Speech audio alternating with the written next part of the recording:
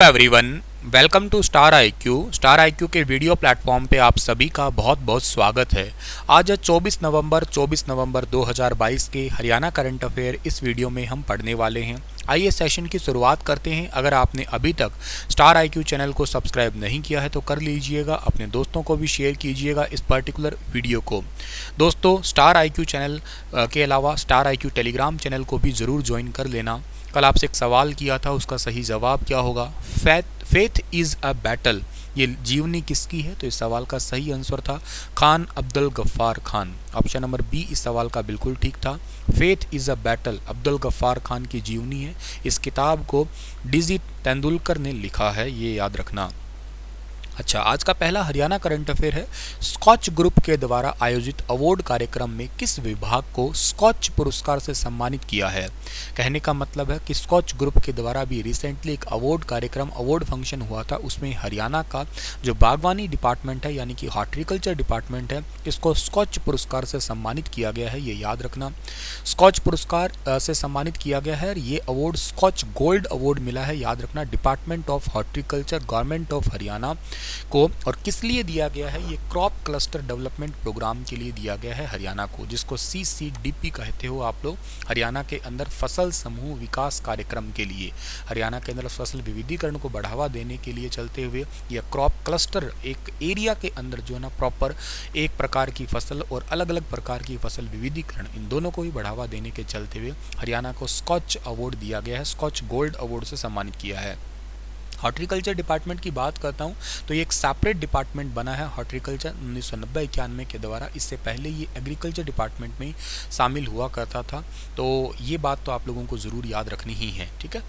चलिए आगे जाते हैं और अगला क्वेश्चन हम पढ़ें उससे पहले एक बात और आपको शेयर कर देता हूं कि हरियाणा राज्य के अंदर ये अवार्ड जो है ना, हरियाणा की नीतियां, हरियाणा के कार्यक्रम, इसके अलावा हरियाणा के अंदर बेसिकली टेक्नोलॉजी अलग अलग प्रकार की, जैसे राष्ट्रीय खाद्यान्न पूल में सबसे बड़ा योगदान आपके हरियाणा राज्य का ही है। हरियाणा ने लगभग 400 बागवानी फसल समूह की मैपिंग की है, 700 किसान उत्पादक संगठन का गठन किया है, ये अपने आप में बहुत इंपॉर्टेंट है। क्लस्टर में बैकवर्ड और फॉरवर्ड लिंकेज को मजबूत किया है हरियाणा ने। और एक बात और इम्पॉर्टेंट है, हरियाणा ने जो है ना पैक हाउस भी स्थापित किए हैं, तकरीबन 510.35 करोड़ रुपए का इसका अलग से योगदान दिया है। हरियाणा के अंदर अतिरिक्त मुख्य सचिव जो है, इनका नाम सुमिता मिश्रा है। बागवानी विभाग के महानिदेशक का नाम अर्जुन सैनी है, ये भी बात आपको जरूर याद रखना है, ठीक है। तो ये हरियाणा राज्य के लिए एक बहुत इंपॉर्टेंट बात है कि हरियाणा को भारतीय कृषि एवं खाद्य परिषद के द्वारा ये अवार्ड मिला है। सर्वश्रेष्ठ टैग तो मिल ही गया है, ठीक है ना।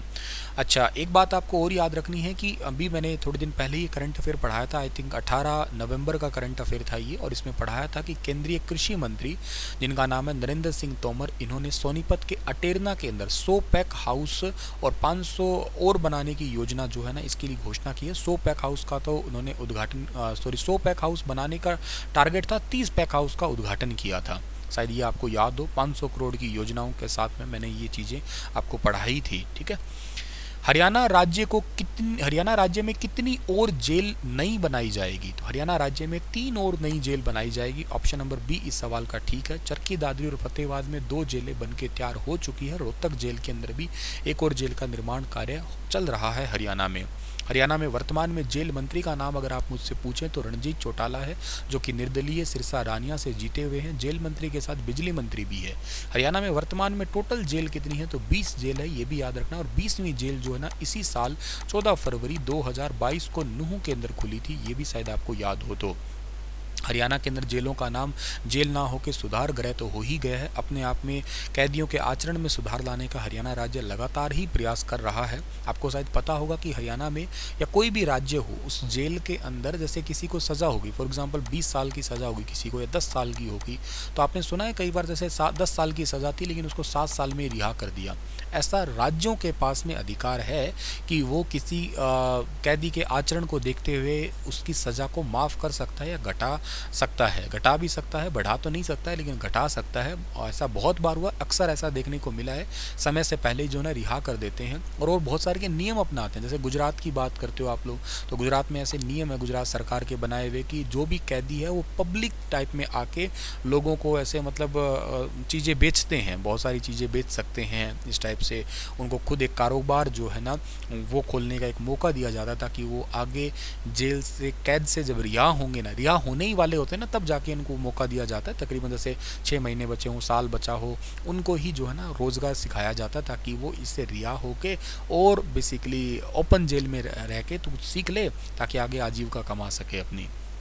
किस राज्य को सर्वश्रेष्ठ राज्य कृषि व्यवसाय पुरस्कार 2022 मिला है? तो ये हरियाणा राज्य को ही सर्वश्रेष्ठ राज्य कृषि व्यवसाय पुरस्कार 2022 मिला है। बहुत इंपॉर्टेंट है, पंचकुला के अंदर इसकी घोषणा हुई थी। केंद्रीय पशुपालन, डेयरी एवं मत्स्य राज्य मंत्री का नाम संजीव बालियान है, ये भी जरूर याद रख लेना। और हरियाणा राज्य के ये नई नई टेक्नोलॉजियों के चलते हुए ही ये अवार्ड दिया गया है हरियाणा राज्य को। हरियाणा के किस जिले में 900 मेगावाट का नया पावर प्लांट लगाया जाएगा? भविष्य में बेहद इंपॉर्टेंट सवाल बन सकता है ये एग्जाम के लिए और इस सवाल का सही आंसर रहेगा यमुनानगर। यमुनानगर के अंदर 900 मेगावाट का नया पावर प्लांट लगाया जाएगा, ऐसा हरियाणा के मुख्यमंत्री जी की घोषणा है। हरियाणा के अंदर जो मई जून महीने के अंदर जो पीक आवर्स होते हैं उसमें बिजली की मांग तकरीबन 12,768 मेगावाट तक पहुँच गई थी, जो टारगेट पूरा कर लिया जाएगा इस बार तो देखा जाए तो। और सीएम ने कहा था कि उत्तर भारत में जब बिजली संकट गहराया था तब हरियाणा की बिजली जो है ना वो लगभग उम्मीद के मुताबिक ही रही थी। इस बार अगर ये मेगा पावर प्लांट लग गया तो कभी दिक्कत आएगी नहीं, ऐसा कहा गया है। पिछले 8 साल में जो काम किया है वो पिछले 48 साल में किए गए कामों से सबसे ज़्यादा रहा है हरियाणा के अंदर।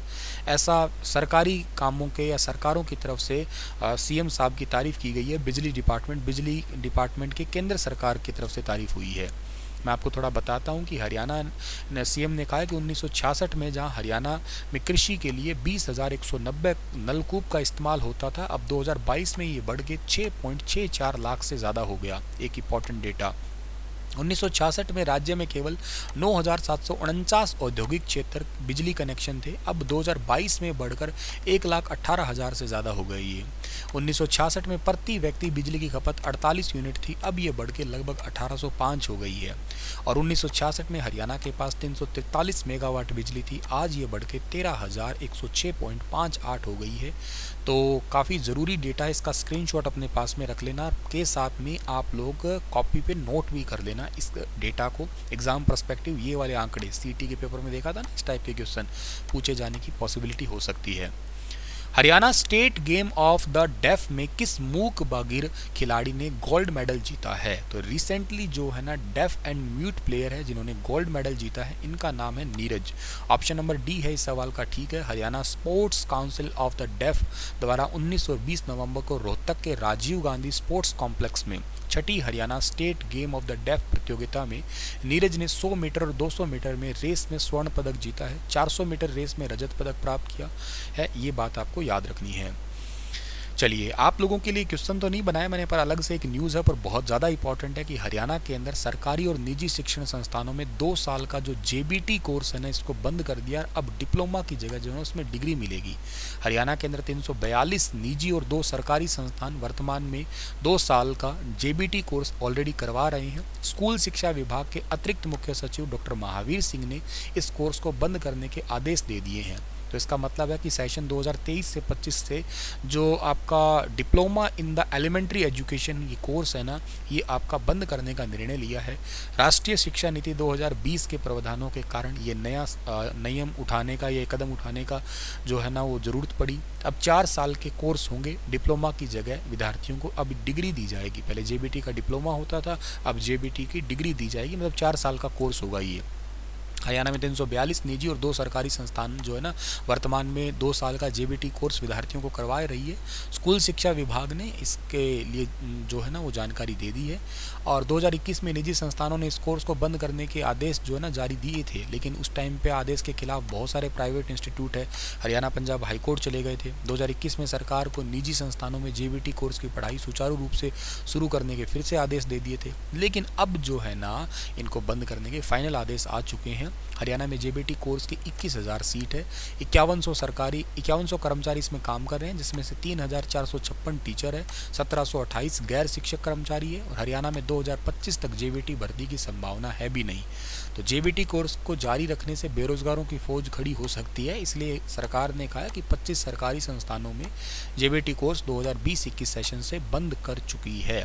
इन संस्थानों में अब जो है ना ये जो सीटें थी ना तकरीबन 2750 थी, इनको बंद कर दिया। कोर्स करने का मतलब ही क्या है, जब हम वैकेंसी निकालेंगे ना तो यूँ ही फालतू का कोर्स कर रहे हो तुम, इसलिए बंद कर दिया गया। अब डिग्री होगा ये प्रोग्राम।